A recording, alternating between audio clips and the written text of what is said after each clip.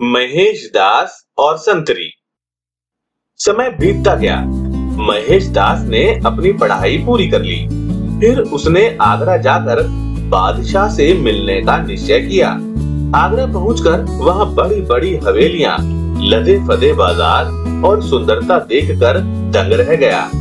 उनके लिए यह एक नया अनुभव था, क्योंकि उन्होंने अपना अभी तक का जीवन छोटे से गांव में ही बिताया था। उनके पास बादशाह की दी हुई पन्ने की अंगूठी थी। जब महेश दास महल में पहुंचे तो शाम हो चुकी थी। यमुना नदी के किनारे बसा यह एक विशाल महल था। वहां लकड़ी के विशाल दरवाजे थे और खूंखार से दिखने वाले संतरी भाले हाथ में लेकर पहरा दे रहे थे। कुछ प्रमुख व्यक्ति अंदर बाहर आ जा रहे थे। महेश दास जब किले के दरवाजे के पास पहुंचे तो अपने को बहुत ही छोटा महसूस करने लगे। फिर वे एक सैनिक के पास गए और बोले, मैं बादशाह से मिलने आया हूँ। उन्होंने मुझे दरबार में आने के लिए आमंत्रित किया था। ओहो, सैनिक ने उनके धूल भरे पांव व साधारण से कपड़े को देखकर कहा, अच्छा तो हिंदुस्तान के बादशाह ने आपको बुलाया है। फिर मजाक उड़ाते हुए बोला, उन्होंने तुम्हें अवश्य अपने दीवाने खास में बुलाया होगा, जहां वह महत्वपूर्ण लोगों से ही मिलते हैं। कुछ और राहगीर भी वहां खड़े हो गए। संभव है, महेश दास दबंगता से बोला। अपनी आवाज को बिना झिझके उसने कहा, मेरे पास बादशाह की अंगूठी है, यह साबित करने के लिए। और उसने अपने झोले में से वही अंगूठी निकालकर सैनिक को दिखाई। यह साधारण अंगूठी नहीं है। एक पंडित जो उधर से गुजरता हुआ यह माजरा देखने के लिए रुक गया था, अंगूठी देखकर बोला, अच्छा होगा तुम इसे बादशाह से मिलने जाने दो। ठीक है, किंतु मेरी एक शर्त है, जब तुम बादशाह से मिलोगे वे निश्चय ही तुम्हें कुछ भेंट देंगे। उसमें से आधा हिस्सा लौटने पर मुझे देना होगा। महेश दास तुरंत राजी हो गए।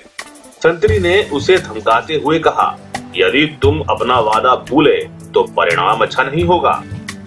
महेश दास ने हामी भरी, नहीं भूलूंगा, और किले के भीतर चले गए। बादशाह दीवाने आम में बैठे थे। महल की दीवारों पर सुंदर नक्काशी की गई थी। महंगे कालीन फर्श की शोभा बढ़ा रहे थे। दीवाने आम राजसी वस्त्र पहने दरबारियों से भरा हुआ था। दूर महाराजा अकबर ऊंचे तख्तनुमा सिंहासन पर विराजमान थे। नीचे झुकते हुए महेश दास बादशाह की ओर बढ़ा। सभी दरबारी फुसफुसाहट करने लगे, यह आदमी कौन है? तभी बादशाह ने ऊपर निगाह उठाकर देखा और तुरंत पहचान गए। उन्होंने उसे आगे आने को कहा। मुझे तुम याद हो महेश दास? बादशाह बोले, मुझे बड़ी खुशी हुई कि तुम यहाँ आए। तुम जो चाहो मांग सकते हो, तुम्हें वह अवश्य मिलेगा। जहां पर हाँ, महेश दास बोला, मैं चाहता हूँ कि मुझे 50 घोड़े लगाए जाएं। लगता है यह कोई सिरफिरा है। दरबारी फुसफुसाने लगे, किंतु बादशाह उसके आत्मविश्वास से खुश हुए व बोले, इसके पूर्व कि मैं तुम्हारी यह इच्छा पूरी करूं, तुम्हें बताना होगा कि तुमने ऐसी अनोखी भेंट क्यों मांगी। जहां बना किले के बाहर जो संतरी पहरा दे रहा है, उसने मुझे एक शर्त पर अंदर आने दिया है कि मैं जो भी भेंट आपसे प्राप्त करूंगा उसमें से आधा हिस्सा उसे दूंगा। मैं 25 घोड़े स्वयं खाकर शेष 25 संतरी के साथ बांटना चाहता हूँ। बादशाह अकबर यह सुनकर गुस्से से आग बबूला हो गए। वे चिल्लाते हुए बोले, क्या एक संतरी हमारे कायदे व उसूल तोड़ेगा? उसे तुरंत मेरे सामने हाजिर करो। संतरी को बादशाह के समक्ष लाया गया और पूरे 50 घोड़े लगाए गए। साथ ही चेतावनी दी गई कि आगे से वह कभी किसी गरीब व्यक्ति को बादशाह से मिलने के लिए ना रोके।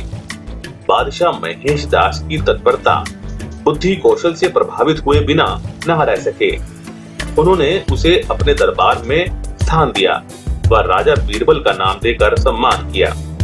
इस तरह बीरबल अकबर के दरबार का हिस्सा बने।